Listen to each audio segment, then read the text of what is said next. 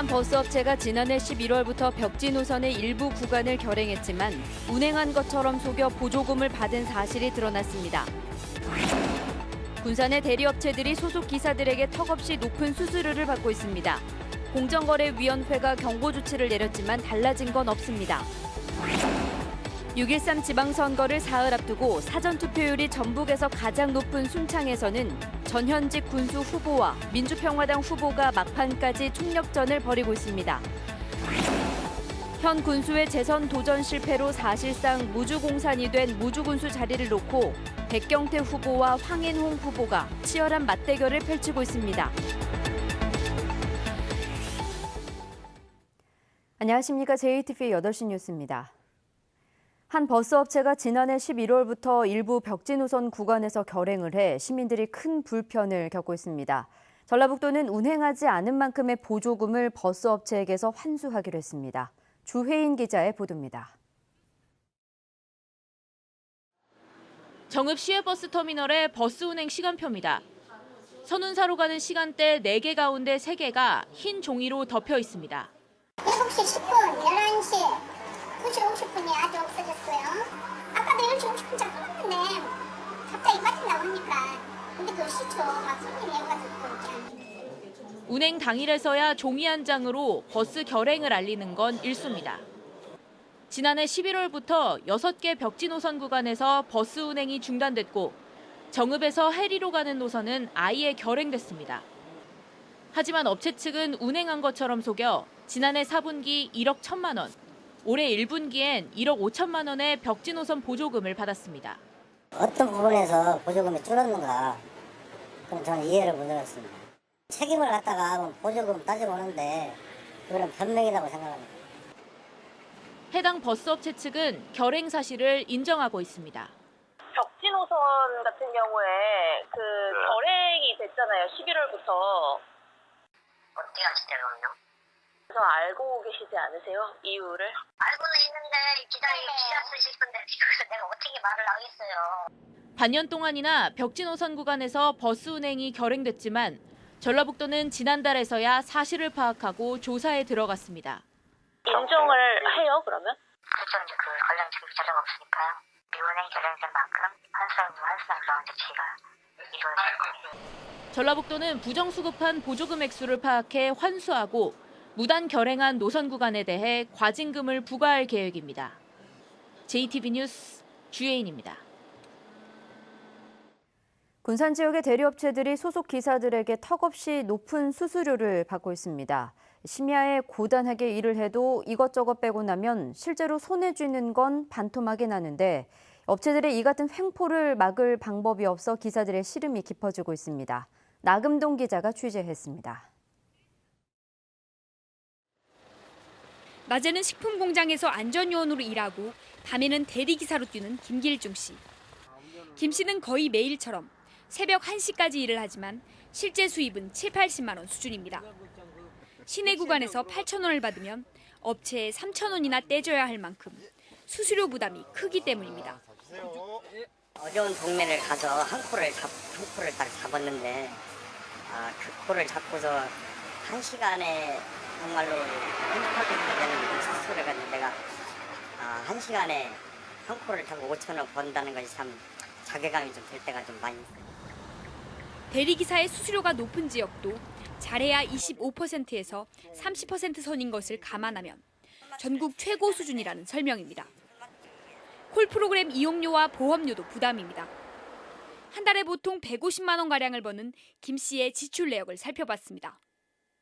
대리업체 수수료 56만 2,500원, 운전자 보험료 9만 1,000원, 두 업체의 콜 프로그램 이용료 4만 5천 원에 이동교통비로 10만 원가량을 쓰고 나면 손에 쥐는 건 절반도 되지 않는 70만 원 남짓에 불과합니다. 군산에서 점유율이 가장 높은 업체는 대리기사들이 다른 업체를 동시에 이용하다 발각되면 아예 프로그램을 차단합니다.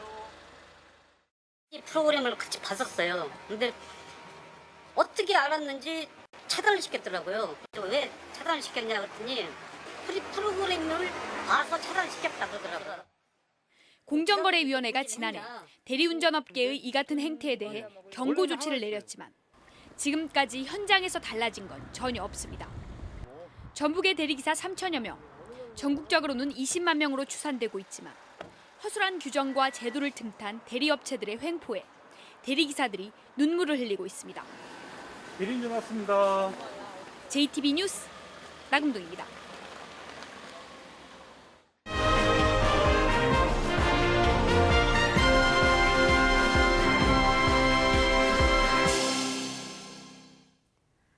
네, 6.13 지방선거가 이제 사흘 앞으로 다가왔습니다. 순창에서는 전현직 군수와 민평당 후보의 3자 대결이 펼쳐지고 있는데요. 이 사전투표율이 전국에서 가장 높아 후보들마다 긴장을 늦추지 못하고 있습니다. 정윤선 기자입니다.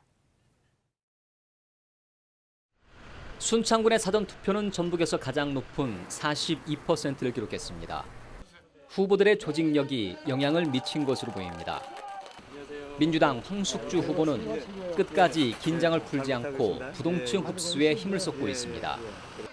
특히 본인이 내놓은 45개 공약이 순창 국민들의 삶의 질을 끌어올릴 것이라며 지지를 호소하고 있습니다. 현명할 판단하시고 기호 1번의 공약 45개 내용을 구체적으로 보시고 꼭 이 황숙주를 선택해 주시기 바랍니다.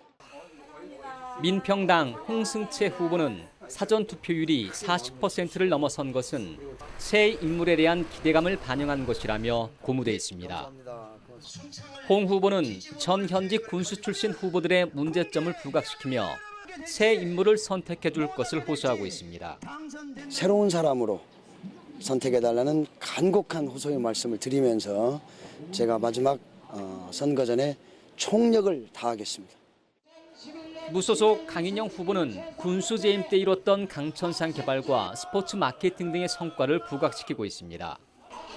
또한 공무원 표를 의식해 군청 공무원들과의 관계를 잘 풀어가겠다는 점을 강조하고 있습니다. 앞으로는 보다 더 소프트웨어 측면에서 많이 유대관계를 갖고 인간적으로 공무원과 군수 사이를 돈독히 하려고 하겠습니다. 민주당과 민평당 그리고 전 현직 군수라는 대결 구도가 펼쳐지고 있는 순창군수 선거는 개표함을 열어보기 전까지는 결과를 예측하기 어려운 치열한 승부가 예상되고 있습니다. JTB 뉴스 정윤성입니다.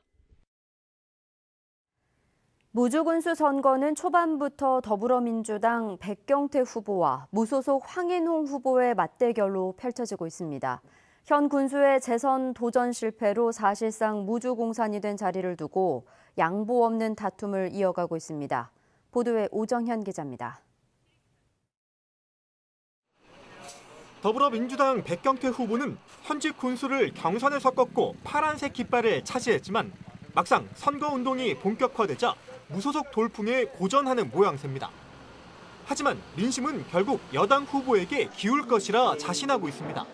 한 해 4천억 원의 예산을 끌어오겠다고 공언했습니다.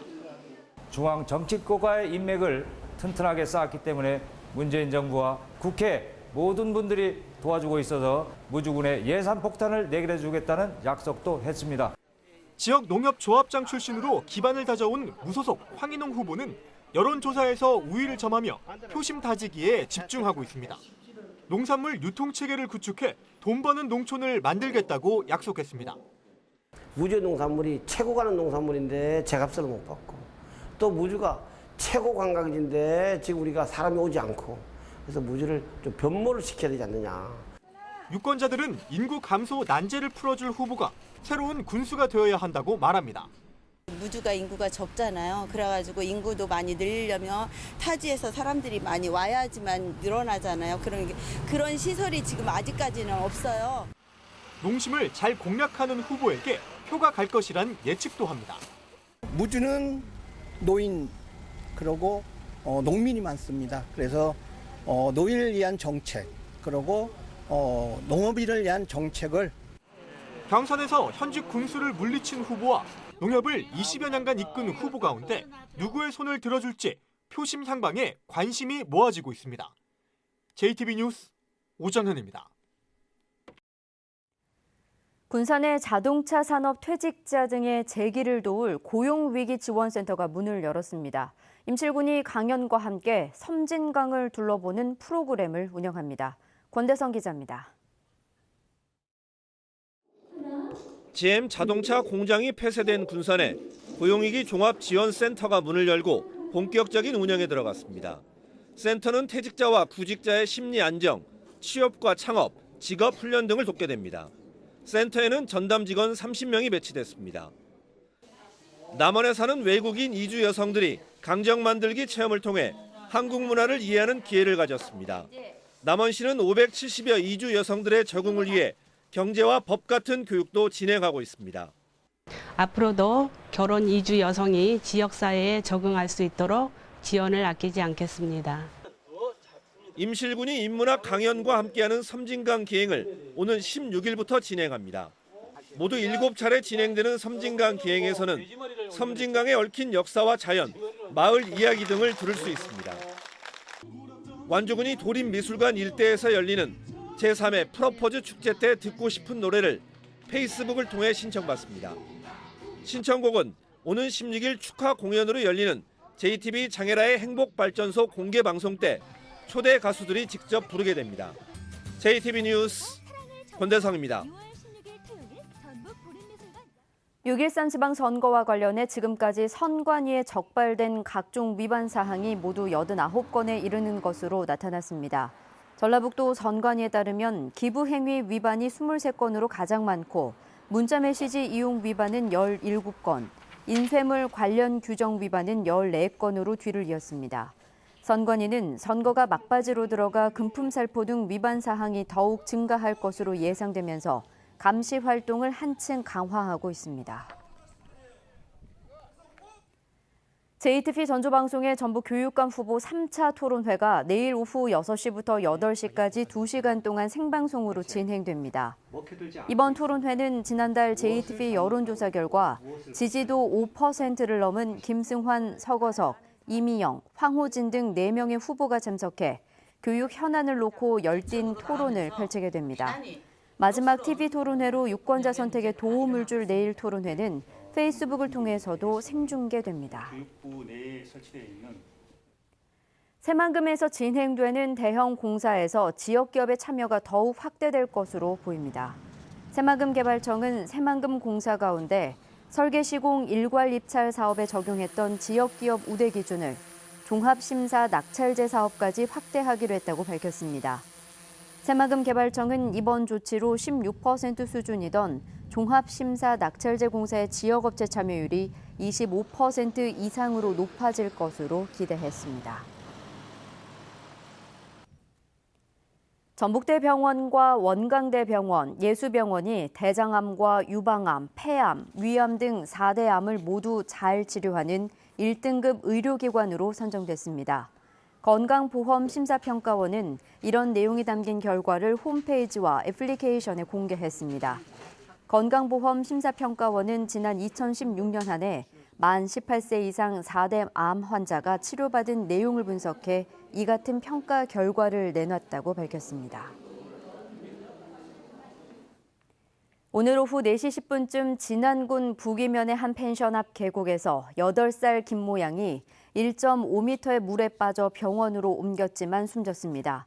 경찰은 김양이 물놀이를 하다 변을 당한 것으로 보고 목격자 등을 상대로 정확한 사고 경위를 조사하고 있습니다.